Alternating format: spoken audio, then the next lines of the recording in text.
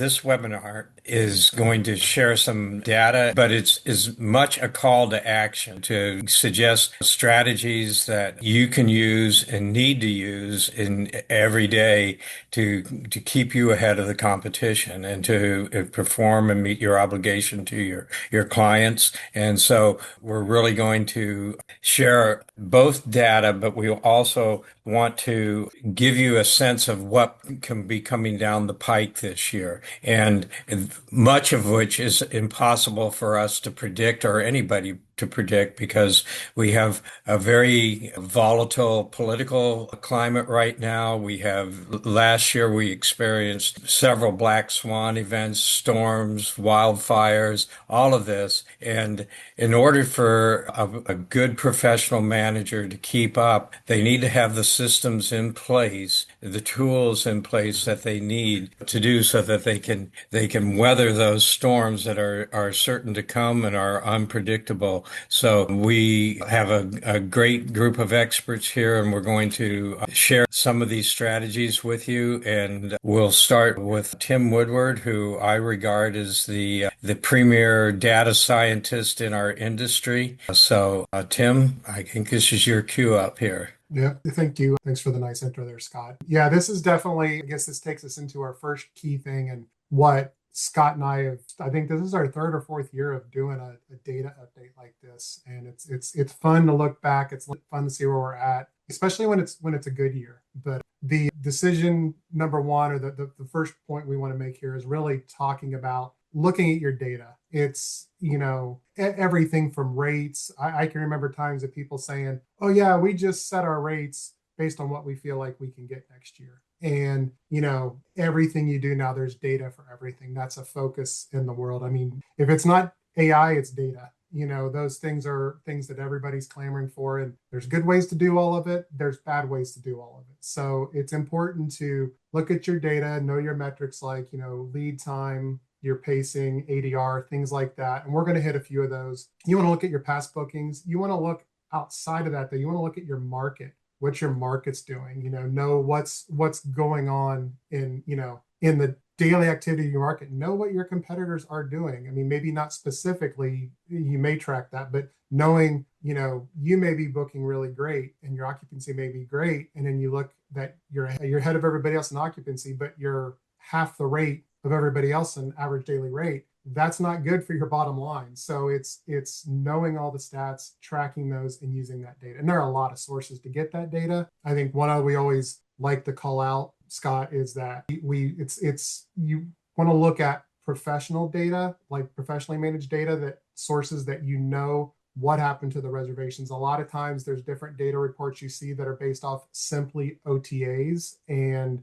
that, while there's a lot of similarities, it can confuse what you're seeing, especially because when something's booked, you don't know if it was paid for or if it was the owner decided to book it. So We have two primary sources that we use internally. One is Data Insights, which is an Inhabit product, and it's available to anyone who would like to subscribe free. There is a pro edition that there's a small charge for that. It allows more features, but we also use Key Data a lot. And the reason we like those sources is that those two sources are directly sourced through an API. There's no corrupted data, there's no guesswork, there's no scraping. And scraped data is often misleading and doesn't account for a lot of things like cancellations. And there's a lot of reasons to be suspect of scraped data. You can use it for general trends, but not for specific trends. And I support using multiple sources. I don't say pick one. It's good to have them all because it lets you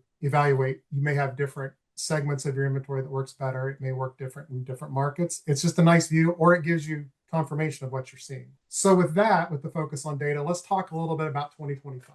So this is our 2025 summary. You've probably heard this a lot and everywhere else, and aggregate across the board, pretty much 2025 was a copy of 2024. There were a few times, you can look here that April where that's like, spring break Easter effect, but on this graph here, the darker line is 2025, the lighter line is 2024. They pretty much followed each other. Cumulative for the year, they were both technically down but it's less than 1%. So on an average, I call it a flat year. So that's good from a standpoint. That's also not good from a standpoint. I mean, we've seen that it could be worse. We love that it could be better.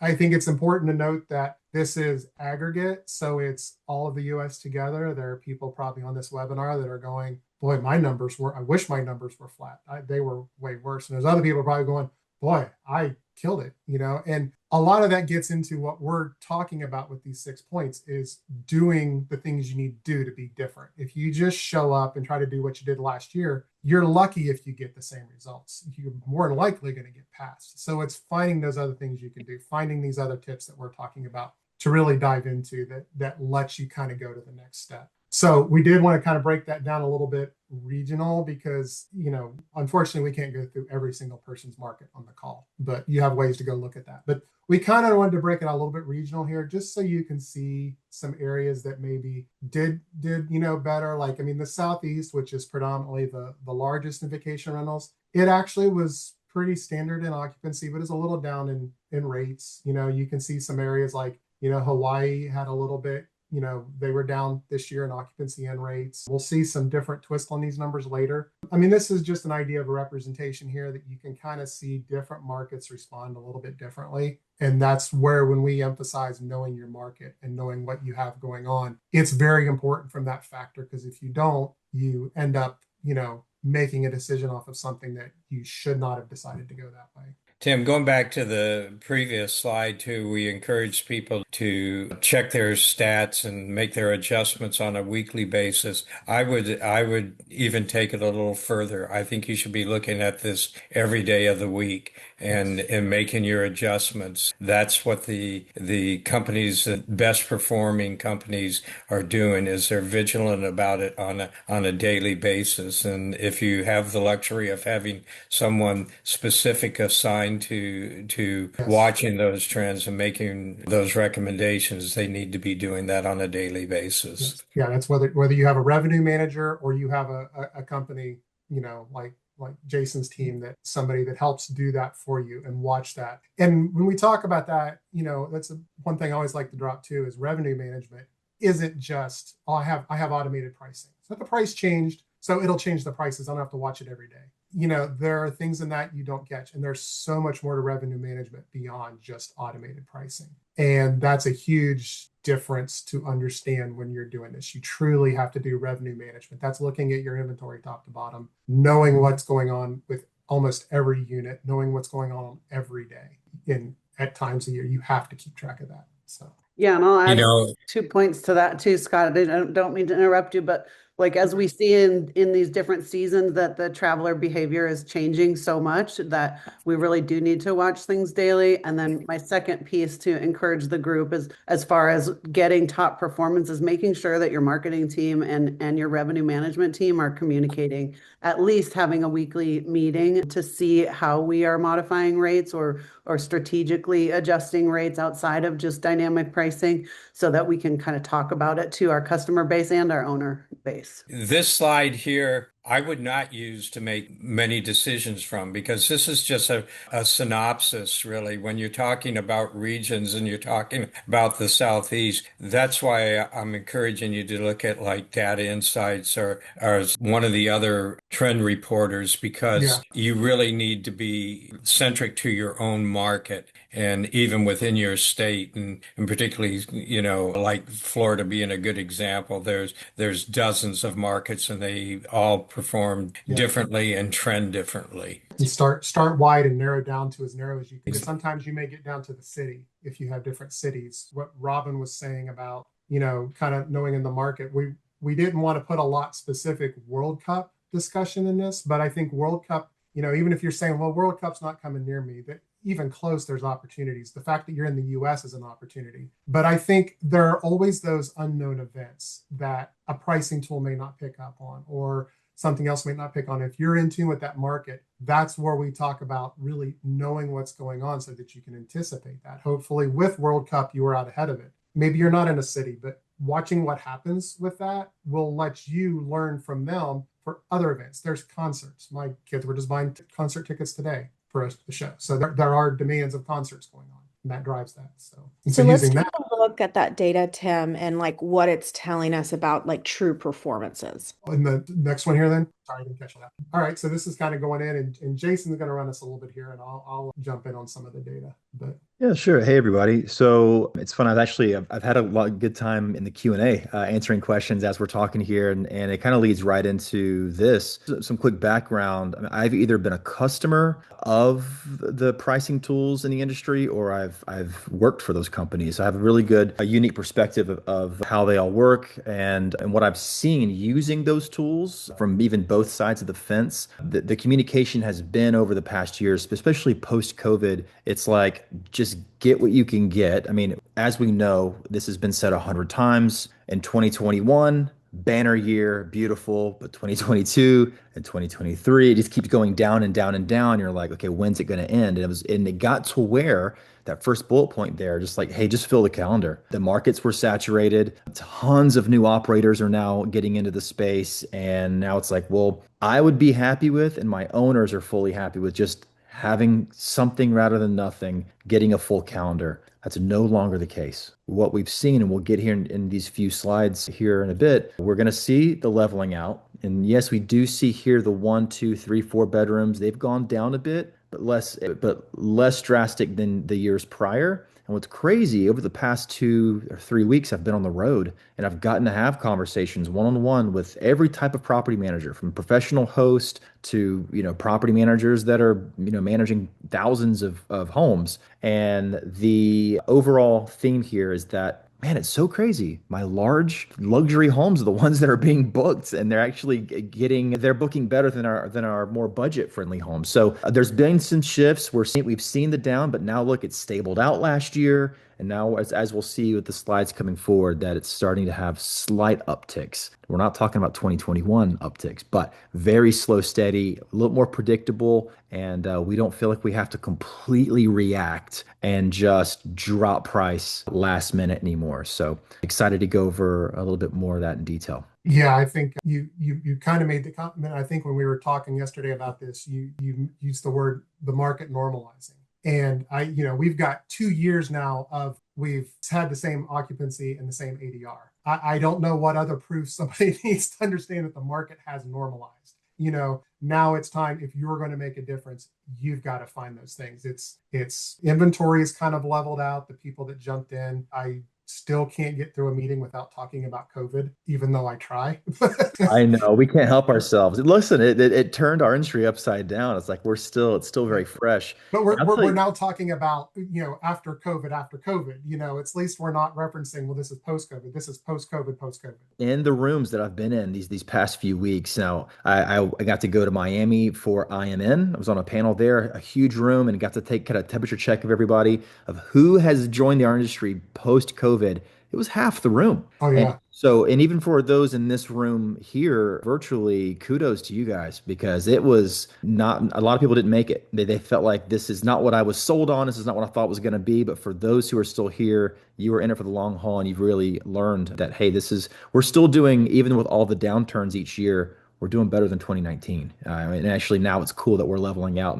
And so, yeah, so Jason was mentioned here, kind of like, if you notice here, so the 5 bedrooms are the ones that really seem to hold the occupancy and the rates. They actually went up per year. What was really interesting, and we kind of did the same regional breakdown with this again, and there's a lot here to take in, and I think there'll be some of this later, possibly in some post webinar stuff, but some interesting ones just to notice. And this is why you break your data down. I mean, you could do this down at your own specific level, but there's been a lot of talk about Colorado and how everything's been down this year. Well, when you just break it down by the bedroom size, it's really interesting, because that's a 7% drop in occupancy and 1% in rates, but their large homes are up 2 to 3%. It's, and that's important for you, because you don't want to run out there and say, oh, we need to run a special because our occupancy's down, and you have 2 big homes left and you're not giving somebody a 20% discount for inventory that was in demand at that point. You only want to discount on targeted things, or you only want to cut the rates on targeted things. This is where it's important to know your data and look at your data to make the right decisions, not just make a rash, broad decision. So, I mean, you can see here, a couple others, call Southeast was carried mostly by their larger, but I mean, it was pretty balanced. Hawaii was another one that Hawaii was down. Scott was talking about this with a lot of the legislation stuff that's coming through and everything else. But the smaller 1-2 bedrooms in Hawaii were the ones that have struggled a lot more. And I think that's the pullback from some of the new regulations that's coming in Hawaii, some other things going on. There's, from a data standpoint, you just want one variable so you can measure things. Hawaii's had like 3 variables in play for the past 5 years. So it's really hard to know what's causing what in Hawaii these days. It's a challenge, definitely. In the Midwest, really rocking it out. I don't know what you guys are doing there, but it's some really great numbers. Yeah. So it's interesting. And again, like Scott said earlier, I wouldn't necessarily trust these, but this is a great place to start kind of looking as you drill down. And this is, we can't, like I said, show everybody's, but this is kind of a broad way of maybe how you can segment some of how you look at. I know a lot of people will segment their inventory and look at how those different things. If you have condos in one building and condos in a different building, segregate those each separately. Don't just put all your condos together. So Tim, I got a question that I'm sure others have on their mind too. Just the rates that you're showing here and the ADRs, are these rates reflective of the fees being included, or is this just rate? Yeah. Okay. We try to keep everything we do with rates when you see that to just base rate, because I mean, if you're, in an area that's got like more storm risk, you're going to have a higher fees just from travel insurance, that can really push things up. Some markets, and then just some markets, how they price fees, it's competitive in that market and how they do it. So thank you for clarifying. All right. So let's take a look at how and where these bookings are coming from. Awesome. Gosh, I could have talked a lot in all of your guys' slides, and we've gotten some great questions in the Q&A, some of which I can answer after Matt and I kind of chat through a few things. Jordan and I chat through a few things, but to me, I've spent a lot of time talking about kind of the OTA perspective, right? And looking at OTAs as a marketing channel now. 3 or 4 years ago, I would have not really told you that, but it's a really leveraged marketing channel, and what we can do to really increase customer acquisition costs or improve customer acquisition costs is really look at our OTAs as marketing channels. And our responsibility as PMs is to speak to these guests in a way to get them to rebook. And that's where our cost per acquisition goes down to net zero. The second you get a repeat booking, really the cost for that guest is down to zero. So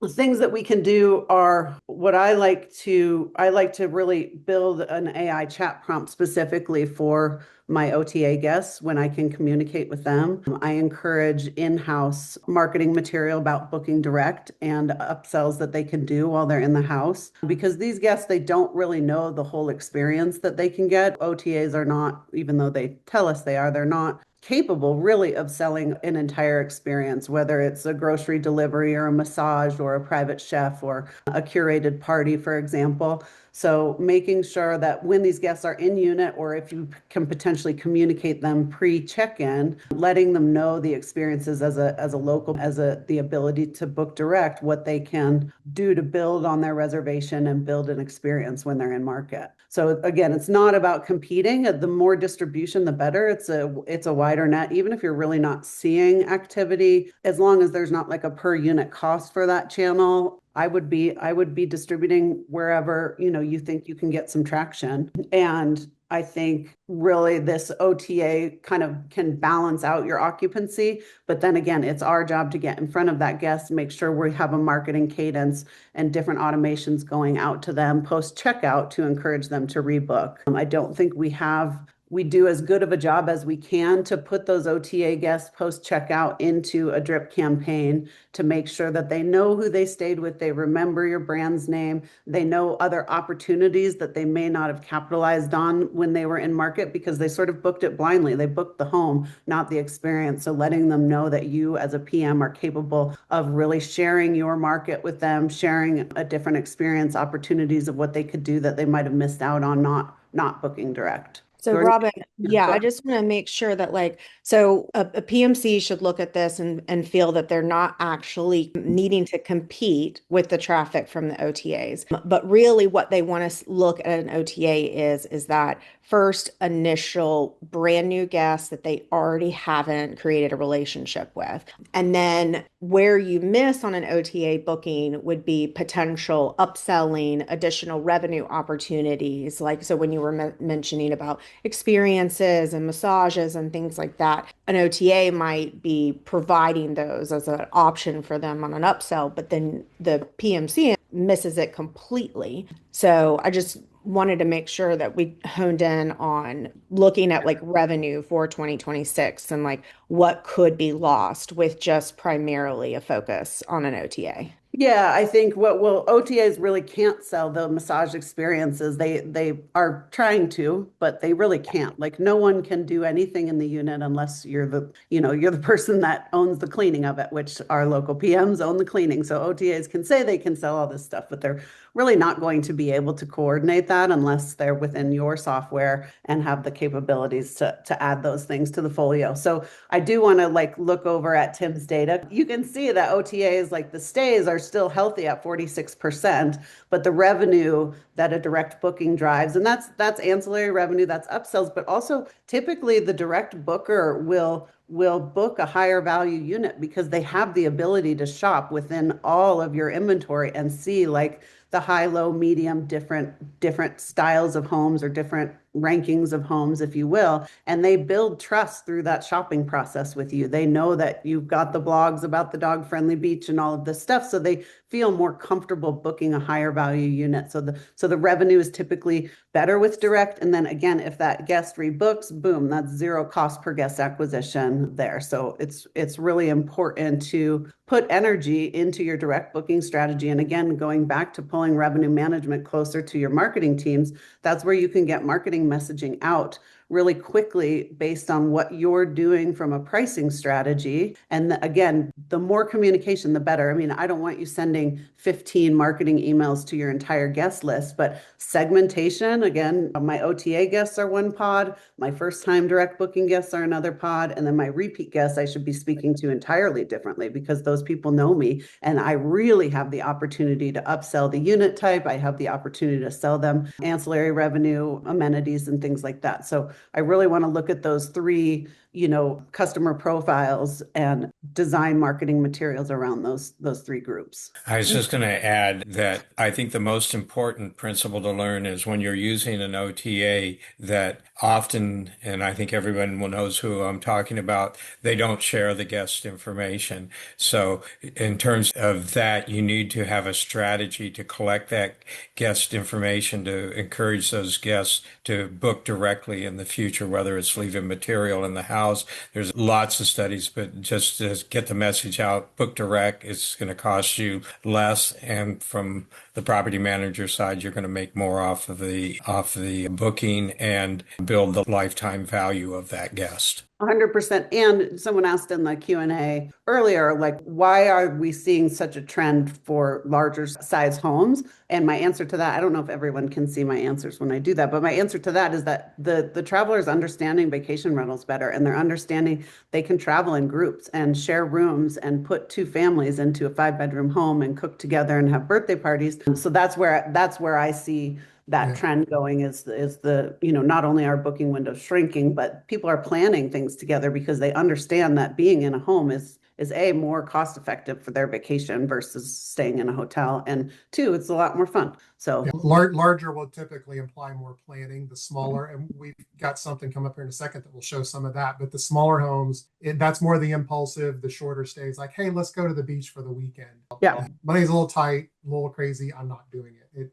It falls to the wayside. So, yeah. Rana, quick question. Do you, any clients have any sort of like, do you know any like reasonable goals they have of how many OTA guests they hope to convert to direct guests? I mean, I would hope the goal is 100%, but that's hard. Yeah. I mean, I think strategies there you could definitely leverage if your software has a guest app. That's one way. Like you want them to use the guest app and put the ability to add things to their folio within that guest app. They can also add who they're traveling with, or you could have a QR code within the unit where they have to enter their email to get the Wi-Fi password or to unlock a gift that you guys might drop off on the next day or something like that. getting as many emails as you can, because, even though I booked the reservation through Airbnb and you, Jason, and you and I are all going to the beach, Jason's is just as likely to book direct. And if I haven't gotten his email address, he's going to go right back and ask me to give him the Airbnb link of what he booked before. So you want to get those other guests to be like, oh, snap, I should have booked direct. Yeah. So that's a good one to set a strategy around and set some goals. Exactly. Back to what we were talking about, is doing things specifically and not just hope we get some people booked.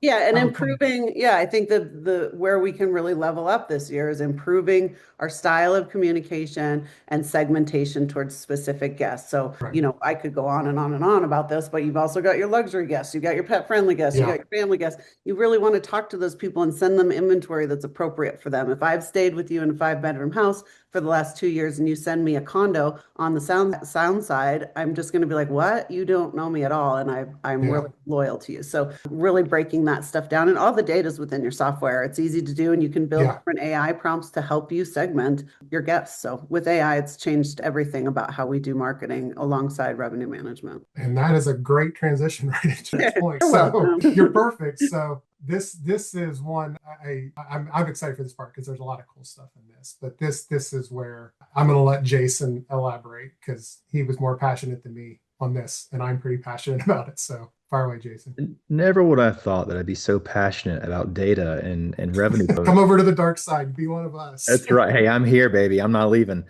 I'm glad that my slide here was right after Robin, because I was gonna interrupt and be like, oh, I've got one more thing. But Robin and I have talked about this a lot, and about breaking down the walls between marketing and revenue managers. And this kind of goes right into some of the planning. So, earlier I mentioned my traveling a lot, and I just got off the road. It was a 10-day road show for VR Nation. And what was cool is that each city, we did 6 different cities, where I got to sit and do these round tables and kind of like pick people's brains of like, for those who were a bit of a deer in headlights, that were like, I'm gonna be honest with you, Jay, like, I don't plan. Like, it was a cool way to just be honest and vulnerable and be like, this is, and learn from each other. It was really cool to see competitors all in a room that were learning from each other. And it was, there was one or two in the room typically that was like, hey, not only are we no longer being reactive, but like we are having those weekly meetings. And it was a crazy light bulb moment for me, is not only was it the revenue managers and the marketing teams meeting weekly, they brought in the reservationists. And I was like, oh, of course, it's like the perfect trifecta, because, the revenue managers, we all do a really good job of keeping our head down when you're in those seats. And it's like, you're really good at this one thing. But man, talking to each other, the revenue managers see the data. They know exactly the underperforming units, but maybe why is it? Is there more to it than just the numbers? Is the price the issue? Is it length of stay? Are the booking windows off? Are we adjusting prematurely? The reservationists can come in and go, oh no, wow, I'm actually hearing this is why they're not booking this unit. Is it maybe at a listing optimization level? And then the marketers go, oh wow, great. I know how to now communicate the issue and maybe fill that open inventory. And then goes into also, Rob, in that last slide, where we're talking about ways to get creative with direct bookings. How many people watching this are actually picking up the phone and calling their past guests? Probably nobody. Who has time for that? I mean, especially a lot of you who are smaller operators wearing 7 different hats or writing personal emails and standing out against the competition. But when you have tools like LSI, for example, I love LSI. I've used all the other ones as well, but there are, besides the data piece, there are ways to look at rental projections, which in my opinion, I think is the best rental projection tool I've ever seen or used. And then the marketing piece of being able to go, where are my gaps? Where do I need to fill the open inventory? Who has stayed in there before that hasn't already booked? All these really cool filters. And then also who are in the drive-to market. So let's say I'm in Orlando. So you go, who's in Georgia and Alabama? Maybe that could be the low-hanging fruit, and it whittles down all of your past contacts for you to go, okay, well, there's 20 people here. Let me just call them. That's maybe unlikely for a lot of people, but how cool would it be to start getting creative, where you get those 3 different departments together, like some real magic can happen. So you call the ones that stayed in a large house. Yeah, exactly right. Yeah. That's what you're covering with what Robin was talking about with segmenting her list. Like, I mean, obviously wanting to nurture those guests based on segmentation, but then Jason bringing up like, well, why don't you just segment based on who hasn't booked with you? I used to do that all the time as an LSI client. client and can advocate that being able to pull that data based on bedroom type or location or an amenity, like if you wanted to just segment all of your pet friendly properties, being able to really cater to a story that Robin was speaking on the slide prior. That was the most popular COVID pivot. Yeah. Yes. Find all the guests that are in, 200-mile, 300-mile range that could drive in one day because you couldn't do a hotel. Right. And go market. Well, that should still be a pivot today, Yeah, as for the we're days. pricing, right? Yeah, as we're adjusting. These down, where I've got housing stays occupancy months. gaps, I want that drive market coming to me. I think someone brought up a good point too, beyond phone calls, because we do know that there's a lot of, like, my son's generation doesn't answer the phone. I guarantee if I called him today, he would not pick up the phone, but I can text him. And he will respond to that. So I think, texting needs to be a layer, whether it's the demographic. I don't think your older repeat guests or your more senior aged repeat guests would appreciate a text as much as a phone call. And so you really want to look at that data and segmentation and choose your communication tools appropriately. Yeah. A little bit to back up kind of some of the demand and looking at it. We talk about the market being normalized and being the same. Right now, 2026 is trending right with 2025. Occupancy does have a few parts that, the solid lines are 2026, the dotted lines are last year, and blue is occupancy, orange is ADR. You can see it's pretty much following the same trend as where we were at this point last year. So that's important to follow. It is up a little bit, so that's good. That's a positive direction, but not enough to say, oh, great, it's better. With that, I kind of referenced how another way of segmenting, and Jason was like, can we put that one back in? Because we'd originally taken this one out, but a lot of discussions about booking windows narrowing. And so what we did is we wanted to look at the shorter stays, so under 7 nights, which is in blue, and the longer stays, which is over 7 to 14 nights. And the solid line is 2025, the dotted line is 2024. And as you can see, both of them had a shorter booking window meaning the number of days between when they booked and when they arrived. So that was decreasing last year. Very important to keep in mind for all the reasons you can imagine. You don't want to, freak out. I don't know how you put it, Jason, panic, hit the emergency button, whatever, really, really big, important factor there. It's wild to hear when I hear these in person and I go, okay, 11, that's my 11th year now. A decade ago, these were way higher. You're looking at the less than 7 night stays were booked 3 months out, 4 months out. Anything over 7 nights, you would even see 6 and 9 months out as a standard. So it's wild to see them drop, but it's cool to see that it's leveling out. Even with the last slide, it's like, okay, there are some parts where it's a little bit lower, but it's with the slight increase in occupancy, slight increase of ADR. It's really cool to now with this, knowing what we hit last year with 2025, you can see that the bars there, that's what we're pacing for this year. So everything that you see is that the kind of lighter areas, what we have to go. But if it's just those, not necessarily pennies, but just like the little bumps on both occupancy and ADR, we should blow past that line of 2025. So if you feel like you are nervous in any way, like, oh my gosh, I'm freaking out a bit, don't worry, because as you've seen, those booking windows are still pretty short. I mean, for the less than 7, what were we looking at, a month and a half out? Hold strong. And if there's anything we could take from today too, is don't feel like you have to be as reactive as you were last year. A lot of people are like, we going back to the planning piece, like being on it. Like these data tools, this used to be a nice to have. This is now a must have. And like of course we love our tools and we believe in what we have here. You have to have something, and they're all really great and they all specialize in something, but you have to urge everyone, if you're not using a tool today, get on it, do a demo of all of them and see what's best for you. Because if you don't, you won't be able to plan. You won't really know when you should hold strong and when you should say, okay, now this is the time to pull the trigger or pull the lever. So I love how this is exactly proving all the conversations that I've had over the past few weeks, because you never really know, is it just because of my Florida people that I meet with, or is it across the board? And this is the entire US.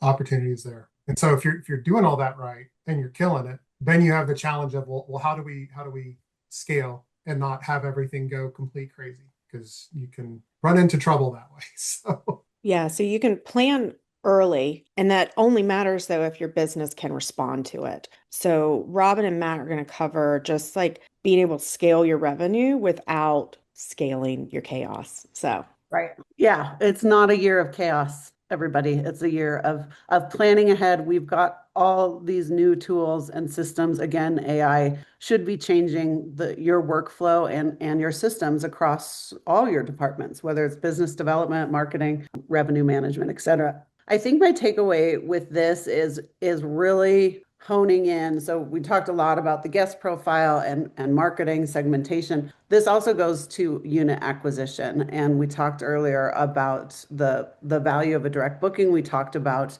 the ADR on larger scale homes. So my takeaway from this is really there is inventory out there to be had, and you need to present yourself as such. So create greater visibility across all your teams and portfolios. If you know that your 5-bedroom beachfront homes are performing better, you need to create a presence around that. And that should be communicated to your owner group, which is these homes are performing really well. Send a referral. They know their neighbors. They know who their neighbors are managing their properties with. They can bring that style of inventory into your portfolio, and really being targeted and cognizant about what type of inventory you want to pick up, because that's where that revenue gain sits so heavily, is within the quality of the inventory that you have in your portfolio. So leveraging your systems, whether it's LSI tools and rental projections, handing out really nice rental projections to the groups of homes that you want to get added into your inventory, and being very professional and having a system in place for business development towards your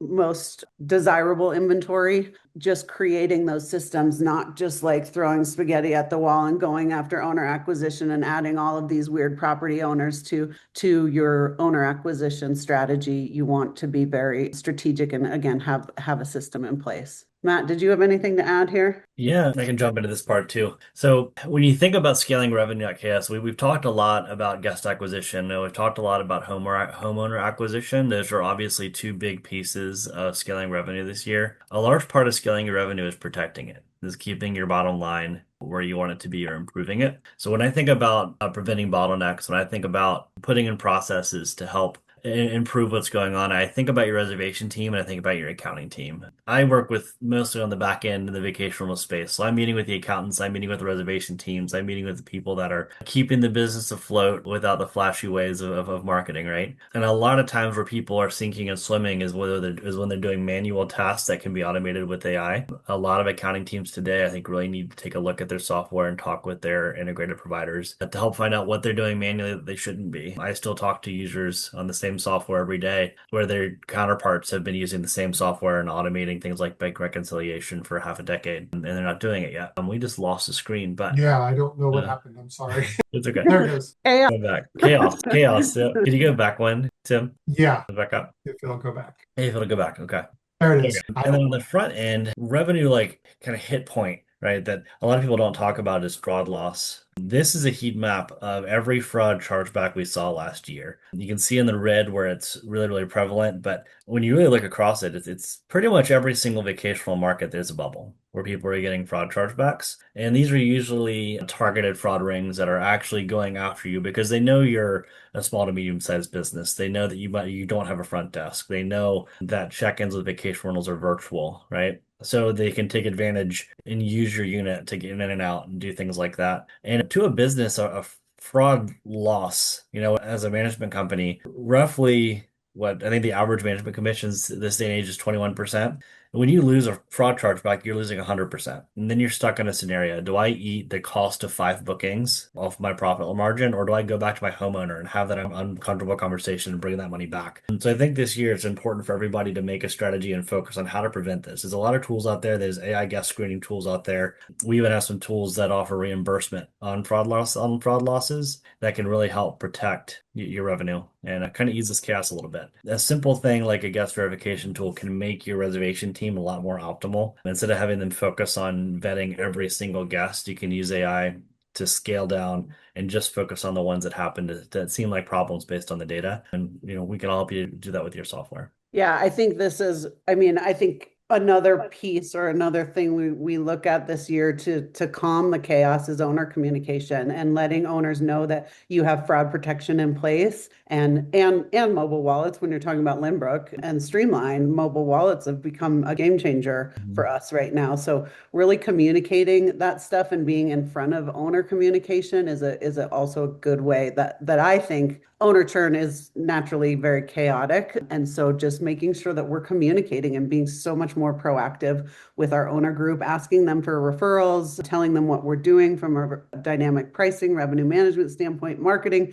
things, and different layers of protection that we're putting in place, travel insurance, damage protection, making sure we're communicating all of that stuff. I'm glad you mentioned mobile wallet, Robin, too, because when I think about bottlenecks, I think about the guest process, the guest booking process, and why do they want to keep booking on Airbnb? Why do they want to keep booking on booking.com outside of, there's not being marketed to and not being reached? A lot of people, when we've done some surveys, and we'll include this in the follow-up ebook Jordan's going to tell us all about, but when we do surveys, a lot of people feel uncomfortable entering credit card information, banking information on a website they don't know. And a lot of people are hitting a website for the first time. But a mobile wallet eases that concern. Like, they trust Apple Pay, they trust PayPal. So they're happy to go through and pay through that, knowing that they're protected, knowing they have more protection than randomly keying in their personal data on a website they've never seen before from a brand they don't know, you know? And then from a scalability standpoint, these OTAs win because of click to book ratios, right? They want the person staying on their app and they want them to be able to go from search to checkout as fast as possible. Yeah. When you use something like a wallet, you can completely skip data entry fields that make that click to book faster and more competitive. You keep them in your interface longer.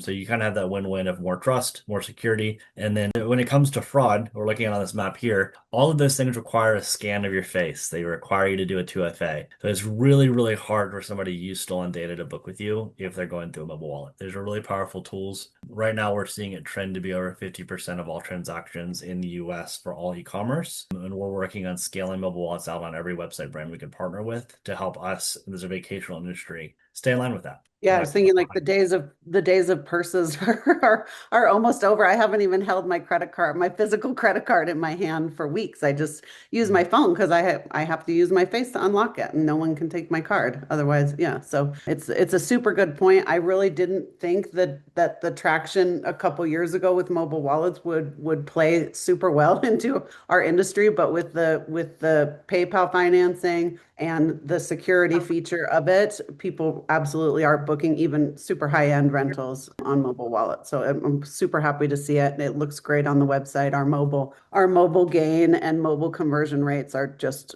tremendous right now. We've seen six-figure stays booked through the financing solution, which is pretty awesome. Yeah. It reminds me of back, I can remember doing like product and software and more direct with end clients, and I always had a rule. I'd say to them, look, if you have anything that takes more than a couple hours of time, let me know and let's see what we can do to help you. And I think just turning that around to everybody on here, like with the chargebacks and the different things, like any of that, whatever's got a problem, ask Streamline, ask whatever. Say, this has taken us a lot of time, how can we help? Because we can leverage our expertise to help you. And, and I think Jordan, I think it's a good point. Even though we all got introductions, this group has a crazy amount of experience. Part of the reason why we do these webinars is to connect with you guys and to help solve for your challenges. So, use the chat, use the Q&A, but Jordan will be putting together a slick little ebook that has this content plus for you and anyone on this team across payments, software, advocacy, data, revenue management, marketing. All of us are here for our customer base, new customers to consult with. These are the relationships we care about. So don't be shy. Absolutely. I think we should have added an additional slide here. Sorry, Jordan. We'll go right ahead and add it right now, Scott. Yeah, well, and I would call it roll up your sleeves. Some of the best strategies that we have and most effective were outbound calling and personalized emails to past guests. And I've plugged Data Insights a couple times here, but it has an extraordinary feature that I haven't seen anywhere else. And what it allows you to do is mine your past guest data and see what behaviors they have had, and then match them to your unbooked inventory. So you can look and see how far someone booked out, what they had a preference for. Did they always come with a pet? And you can match them to that open inventory. And I honestly believe it may be the most powerful tool out there, but it does require you to roll up your sleeves. But once you really do embed yourself in the data and just like be patient and gentle when you go in there and start looking at your data, it can feel overwhelming and then you just sort of bail out and you don't do anything with it. But if you're just really patient with it and kind of create, again, a system to looking at the data and picking apart and starting to segment, maybe like write down your top 5 goals that you need to do and then go into the data trying to pull that information out and just kind of repeat, and then you get more comfortable. It does seem intimidating at first, but that's a good point, Scott. It's a good year to roll up our sleeves because so many things are changing. We know our traveler profile is changing, our inventory is changing, our booking windows are changing, and so there's a need to do things differently. And this slide, I'm leading myself into my next slide, which is talking about where our revenue, how to maximize our revenue. We want your pockets more full, and the way we're going to do that with a couple of things, and this is a win-win for everybody, which is building experiences, right? So we go after our ideal inventory, but we also need to set ourselves apart from OTAs, improve the guest experience because that's what they're booking. They're not shopping for houses as much anymore. They're shopping for experiences. And that's also coincidentally where you make the most money, which is at upsells. And that's ancillary revenue, like I said, massages, golf carts, things like that. To build that stay, you're improving the rebook conversion rate, which brings you down to cost per guest acquisition to 0. And then you're also fattening up your pocketbook with this rent percentage. So that's really another thing that you got to roll up your sleeves for, and it can feel intimidating, but making partnerships within your market to have upsells and then mark it up. So if you're renting golf carts at $15 a day, your guests are more than happy to pay $50 a day or things like that. So that's exclusive revenue right to you guys. And it also improves the guest experience. And it's also something that OTAs cannot do. So amenities are going to be the way that we increase revenue and increase our guest acquisition rate, and our rebooking rate is by being able to provide these things into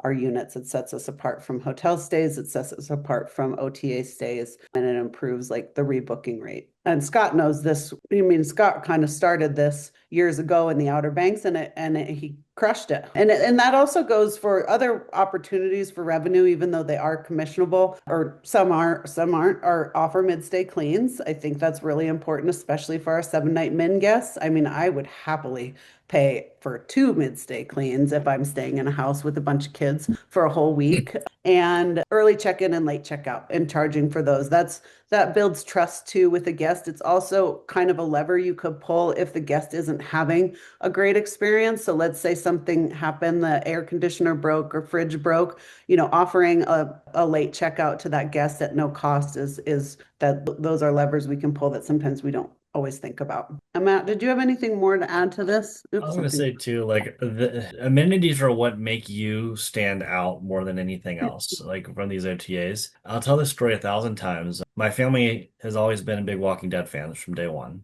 Right. So I took my parents to a Walking Dead convention to meet their favorite cast members about a decade ago now. And I still remember this exact role in Nashville because I happened to mention that. And when I showed up, out on a platter was a bunch of snacks with a zombie arm sticking out and a handwritten note that they had lit by a flame to make it look apocalyptic, welcoming us there. Yeah. That to me, while it's not an amenity, is a little thing you can do to keep standing out. And in that little smorgasbord of snacks was referrals to restaurants, referrals to things to do in Nashville while we're there with a code. And I guarantee you he got some back pay off of some of the amenities we booked through that. And it's just something that makes it exciting. And now I know where I'm going to go every time I go to Nashville because it was such an awesome house and they took care of me. You're going to book direct. You're going to book direct. It's things like this that make it happen. And touching background on like knowing your customer and using your CRM to really know what's going on and using your marketing around your CRM to really know what's going on. Simple things, whether they're upsells or a freebie amenity to make somebody happy, the more you know your customer, the more you can recommend it. The most profitable, easy add-ons, early check-in, late checkout, mid-stay clean. But there's also things like if you see a family of 4 coming and it's 2 teenage boys, don't you want to offer bringing in some cornhole boards to put in the backyard, right? Like, isn't that a personal experience you can bring in and easily understand and offer if you know what's going on in your CRM? It's small things like that Airbnb is not going to do and Booking.com is not going to do, and make them keep Yeah, going. I think those guest traits, I mean, if your reservations team is not tracking guest traits, please make that one of your 2026 initiatives, is asking certain profile questions so they can make notes. And then the second layer is now with software and websites, it's very easy to create commerce packages. So you could do romance packages, teenage boy packages, little kids packages, and they can just add those right at checkout. And then with our, the leveling up of our guest apps and Streamline's case, Happy Stays, they can,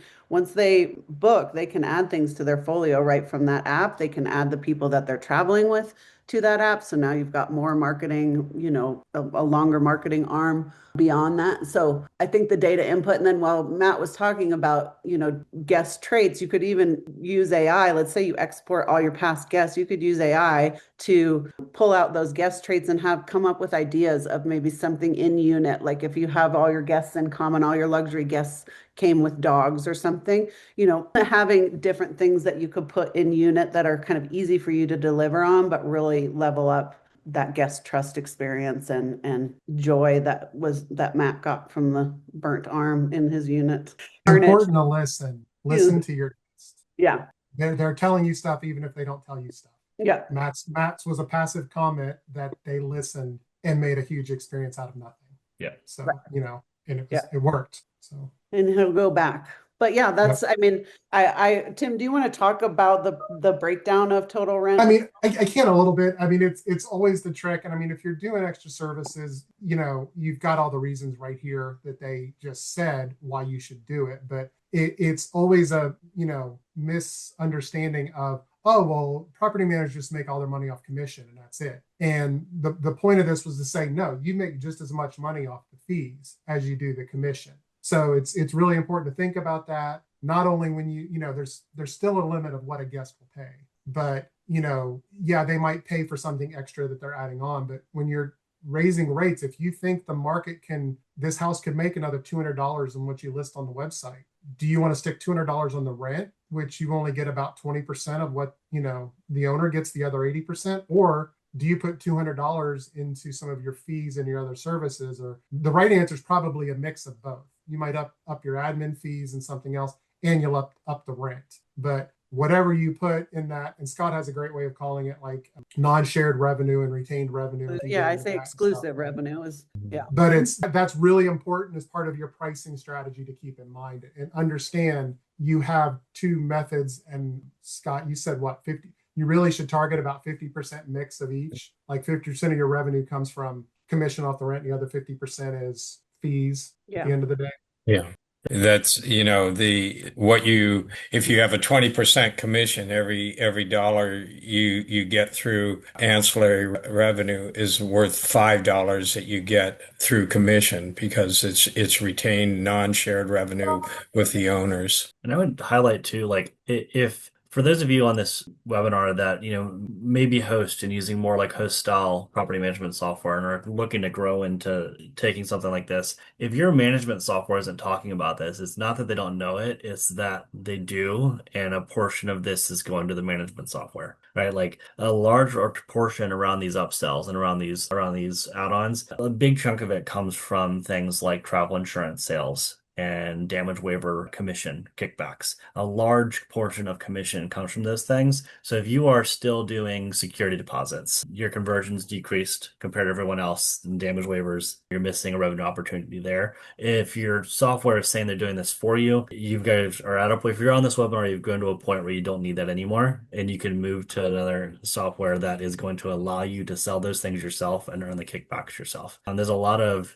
companies out there whose business models from a software perspective are to sell insurance for you and are to sell damage for you. And it sounds nice when you're a host and it's a sales pitch, but when you realize this green 16% number that Tim's pointing out is not going to your pocket, it's going to someone's, it's likely the person selling it for you. So if you're not using a software that promotes this and gives you this, if you're on this webinar, you're advanced enough to look at another software that can and help you get this to your bottom line. Yeah, I love that, Matt. It's Yeah. definitely even, I mean, I think that there are two takeaways here for me, at least, is it's potentially time to level up your software, but it's also time to level up your inventory and how you approach selling the vacation rental experience. That's absolutely a necessity. Yeah, and that's what we were going to do, is to just wrap everything up today is what are your biggest takeaways from today? And Robin, you just touched on one. But honestly, it's not about, and we put it here on the slide just to really drill down on it.